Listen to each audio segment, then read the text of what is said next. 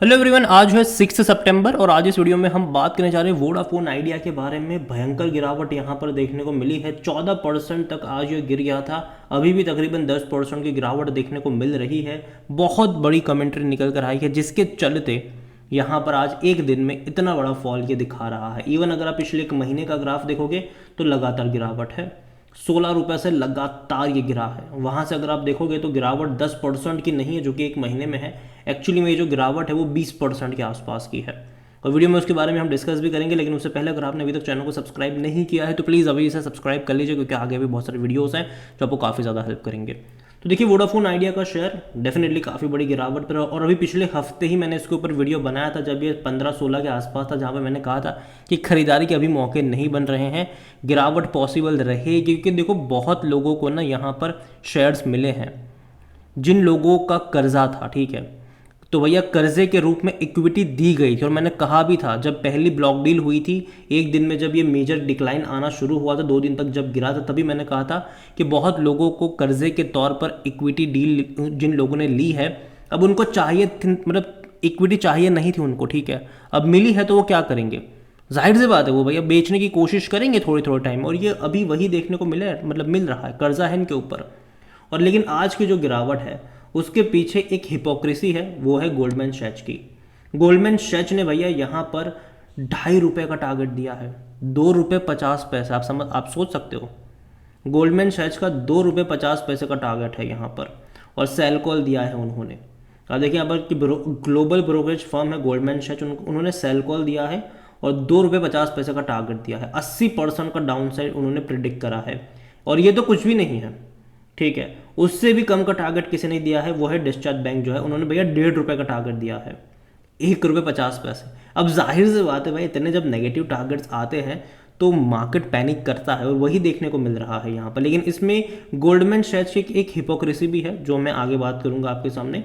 तो यहाँ पर अगर आप देखोगे तो अभी हाल फिलहाल में डेफिनेटली उन्होंने पैसा रेज करा ज़रूर है, लेकिन जो ग्लोबल ब्रोकरेज है वो ये मानता है कि एडिशनल 300 बेसिस पॉइंट का डिक्लाइन इन मार्केट में देखने को मिला है, और शेयर जो है वो तकरीबन 3 से 4 ईयर के मतलब लोअर प्राइस में भी जा चुका है। और अभी दिक्कत यहाँ पर जो आने वाली है वो है इनका एजीआर ड्यूज़ का। 70,000 करोड़ का जो एजीआर ड्यूज़ है वो इनकी दिक्कत ज़रूर है। हालांकि कंपनी का ये भी कहना है यहाँ पर कि टू अचीव कैश फ्लो, जो अच्छा कैश फ्लो के लिए इनका जो आरपूज है वो 200 से 270 जाना चाहिए, जो कि पॉसिबल ही नहीं है यहाँ पर अभी के टाइम पर। एंड गोल्डमैन सैच ने अगर आप यहाँ पर देखोगे तो अभी भी इनका जो कैश उन्होंने ये कहा है कि वोडाफोन का जो कैश फ्लो है वो नेगेटिव में है। हालांकि अभी हाल फिलहाल में सिटी ने यहाँ पर बाय कॉल दिया था और ₹22 का टारगेट दिया था, लेकिन एक कंडीशन के साथ दिया था इन्होंने। सिटी ने ये कहा था कि उनको उम्मीद, अगर सुप्रीम कोर्ट का जो फैसला अभी जो हाल फिलहाल में आने वाला है, अगर वो वोडाफोन की फेवर में आता है और अगर इनका जो एजीआर ड्यूज का जो बर्डन है अगर वो कम हो जाता है, तब ये ₹22 का टारगेट अचीव होता है यहाँ पर। और Citi had noted the potential benefit worth 4 to 5 rupees पर शेयर ऑफ इवन हायर, और 25% यहाँ पर अगर ये होता है तो ठीक है। उन्होंने ये फैक्टर भी कहा, we view this as a material development as a matter that has been long pending and has been uncertain whether the Supreme Court will willing to hear the Vodafone petition. तो ये इसके ऊपर था। अभी अगर आप देखोगे तो भैया वोडाफोन को 70,000 करोड़ रुपये एजीआर ड्यूज़ के चुकाने हैं, ठीक है, जो कि बहुत बड़ा है अमाउंट, बहुत बड़ा अमाउंट है ये। और देखते हैं कि क्या आउटकम निकल कर आता है। और अगर अगेन देखो, सुप्रीम कोर्ट के फेवर में, अगर वोडाफोन के फेवर में सुप्रीम कोर्ट का फैसला आता है तो गेम पूरा पलट जाएगा। लेकिन जैसे कि मैंने वीडियो के शुरुआत में कहा, गोल्डमैन सैच की जो हिपोक्रेसी है वो ये है कि भैया ये गोल्डमैन सैच वही है जिन्होंने हाल फिलहाल में जब वोडाफोन आइडिया ने पैसा रेज करा था 18,000 करोड़ रुपए, तो उस आईपीओ में इन्होंने पार्टिसिपेशन करा था। मॉर्गन स्टैनली ने पार्टिसिपेट करा था, गोल्डमैन सैच ने भी वहां पर पार्टिसिपेट करा था एफपीओ में। ₹11 के भाव पर अभी हाल फिलहाल में ही गोल्डमैन सैच ने भी वोडाफोन आइडिया में खरीदारी करी थी। जब भैया आप खरीदारी कर रहे थे ₹11 के भाव पर, तब आपने ये नहीं देखा कि ₹2.5 का टारगेट इसका आ सकता है यहाँ पर, तो नुकसान का सौदा क्यों कर रहे थे वहाँ पर? अगर आप गोल्डमैन सैच के बारे में देखोगे तो यहाँ पर आप देख सकते हैं कि जब एफपीओ में जब एंकर इन्वेस्टर से पैसा रेज करा गया था, तकरीबन 5,400 करोड़ रुपए एंकर इन्वेस्टर से रेज करे गए थे, उनमें से गोल्डमैन सैच भी है एक, जिन्होंने तकरीबन 81,82,592 शेयर्स खरीदे थे ₹11 के भाव पर। तो भाई साहब जब आपको लगता था कि ₹2.5 पर ये जा सकता है, आपका टारगेट ₹2.5 का था, तो खरीदारी क्यों करी यहाँ पर? तो अभी के टाइम पर सोशल मीडिया पर भी लोग अभी इसको ट्रोल कर रहे हैं, गोल्डमैन सैक्स को ट्रोल कर रहे हैं कि क्या लॉजिक था इसका। खरीदारी तो बैंकर इन्वेस्टर के तौर पर आपने क्यों करी वहाँ पर, जब आप इस कंपनी को लेकर पॉजिटिव ही नहीं है। यहाँ पर अगर आप वॉल्यूम देखोगे आज तो भाई साहब बड़ी क्वांटिटी में ट्रेडिंग है। 155 करोड़ के आसपास का शेयर ट्रेड हो रहे हैं यहाँ पर। ऑलरेडी 150 करोड़ ट्रेड हो चुका है। शायद मार्केट जब क्लोज होगा 200 करोड़ तक के वॉल्यूम आपको यहाँ पर देखने को मिल जाएंगे, जो कि बहुत बड़ा नंबर है ये। और जहाँ तक कंपनी अगर आप देखोगे तो मार्केट कैप से 94,000 करोड़ पर आ चुका है। काफ़ी कम हो रहा है धीरे धीरे जब गिरावट के साथ साथ। और कंपनी के बारे में अगर हम बात करें तो according to Moneycontrol user 71% लोग कह रहे खरीदारी करो, 19% लोग कह रहे बेचो और भाग जाओ, 10% लोग कह रहे यहाँ पर होल्ड करो। और जहाँ तक इनके रेवेन्यू देखो तो देखो कोई ग्रोथ नहीं है 5 सालों में। और प्रॉफिट वाइज देखो तो कंपनी लगातार नुकसान में ही है। और कर्जा ज़्यादा है, 2.5 लाख करोड़ के आसपास का जो है वो कर्जा है इस कंपनी के ऊपर। तो ये एक नेगेटिव चीज़ यहाँ पर ज़रूर है कि देखो कर्जा तो इनके ऊपर बहुत ज़्यादा है, बहुत ज़्यादा कर्जा है, तो दिक्कत तो है। और जहाँ तक बात करें इनके वैल्यूएशन के बारे में तो जाहिर सी बात है जब कंपनी प्रॉफिट कर ही नहीं रही तो पी इसका नेगेटिव में ही देखने को मिलेगा, और वो नेगेटिव में ही है।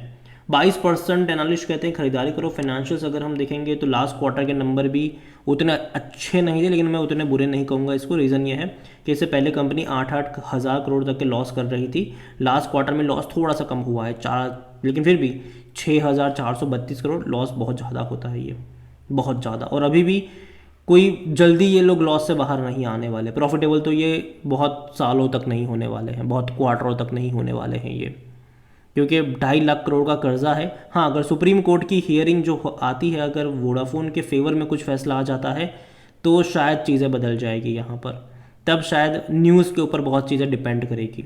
और जहाँ तक शेयर होल्डिंग के बारे में देखें तो प्रमोटर की जो होल्डिंग वो 37.17% की है, 6.12% म्यूचुअल फंड के पास है, 0.86% डोमेस्टिक के पास है, 12.77 एफआईएस के पास है।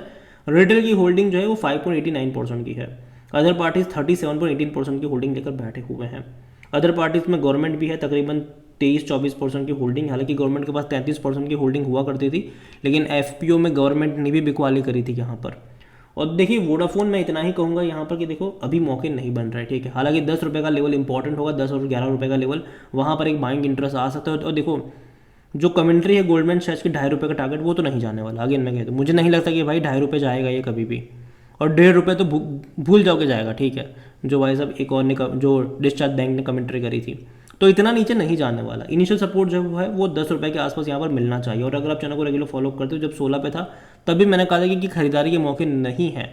उसके रीजंस भी मैंने दिए थे और काफ़ी सारे नेगेटिव कमेंट्स भी उस वीडियो पर आए थे कि आपको पता ही नहीं है क्या है।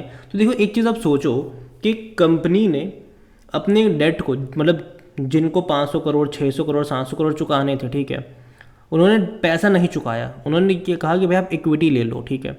अब सामने वाले को चाहिए था पैसा, उसको मिल गई इक्विटी जो उसको चाहिए नहीं थी, तो वो करेगा क्या? वो डंप ही करेगा बाजार में, ठीक है। तो उसके चलते भी थोड़ी बहुत स्टार्टिंग में हमने 2 दिन गिरावट देखी, और आज तो भैया हालांकि गोल्डमैन सैक्स इसके पूरी गिरावट के लिए जिम्मेदार है और उसके चलते गिरावट आई है, लेकिन फिर भी मुझे लगता है कि नीचे के लेवल पर एक सपोर्ट मिलना चाहिए। हालांकि अगेन मैं इमीडिएट बेस पे यहाँ पर कोई बहुत तेज़ी नहीं आने वाली है, ठीक है। ये बहुत ही धीरे धीरे बढ़ेगा। मैं ये नहीं कह रहा हूँ कि भाई कंपनी बहुत ख़राब हो जाएगी, बर्बाद हो जाएगी, नहीं, कंपनी टिकेगी। लेकिन अनरियलिस्टिक जो अप्रोच होते हैं लोगों के कि पैसा डबल कर देगा यहाँ से, वो मत लेकर आओ। ये बहुत धीरे धीरे बढ़ेगा ऊपर। अगर और उसमें भी ऐसा होगा कि अगर 30-40% बढ़ गया तो वापस 20-22% गिर भी जाएगा, फिर वापस धीरे धीरे बढ़ेगा। न्यूज़ के ऊपर बहुत कुछ रहने वाला है। अभी जो वोडाफोन के शेयर जो लोग लेकर बैठे हैं वो लूज एंड्स हैं, ठीक है। मतलब वो बेचना चाहने वाले लोग हैं, कई सारे लोग ऐसे हैं जो बेचना चाहते हैं, जिसको मिले हैं कर्जे के तौर पर, डेट के तौर पर मिले हैं ये शेयर्स। और यही वजह है कि मैं इमीडिएट बेस पे कोई तेज़ी एक्सपेक्ट नहीं कर रहा हूँ, बल्कि मुझे लगता है कि जब भी यहाँ पर उछाल आएगा, चलो यहाँ से अभी आज गिरावट आई है, ठीक है, हो सकता है कि 10-12 रुपये पर जाने के बाद, 10-11 रुपये पर जाने के बाद हो सकता है कि एक सपोर्ट मिले, एक तेज़ी देखने को मिले। और जब वापस 14-15 पे आएगा, वापस बिकवाली आएगी। जिनके पास शेयर्स हैं वो बेचने की कोशिश करेंगे, जिसको नहीं चाहिए थे शेयर्स, लेकिन फिर भी उनको मिले हैं शेयर्स।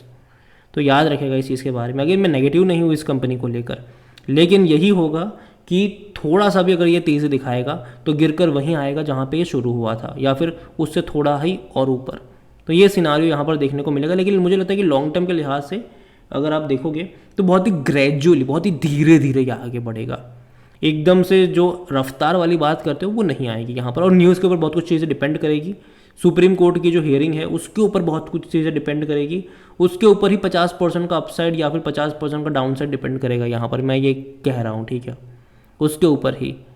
तो फंडामेंटल्स के ऊपर नहीं है अभी कुछ भी, अभी न्यूज़ के ऊपर है। अच्छी न्यूज़ तेज़ी, बुरी न्यूज़ गिरावट, यही चलेगा। इनके नेक्स्ट क्वार्टर के जो रिजल्ट है सितंबर के वो इंटरेस्टिंग होंगे कि वो कैसे आते हैं, क्योंकि जो टैरिफ बढ़ाए गए हैं उसका असर हमें उस नंबर्स में उस रिजल्ट्स में देखने को मिलेगा। इवन उसके बाद के दिसंबर में भी देखने को मिलेगा। तो आने वाले 2 क्वार्टर भी इंपॉर्टेंट होने वाले हैं। तो आप इसके ऊपर नज़र रखिए और अगेन वेट करिए थोड़ा बहुत, ठीक है।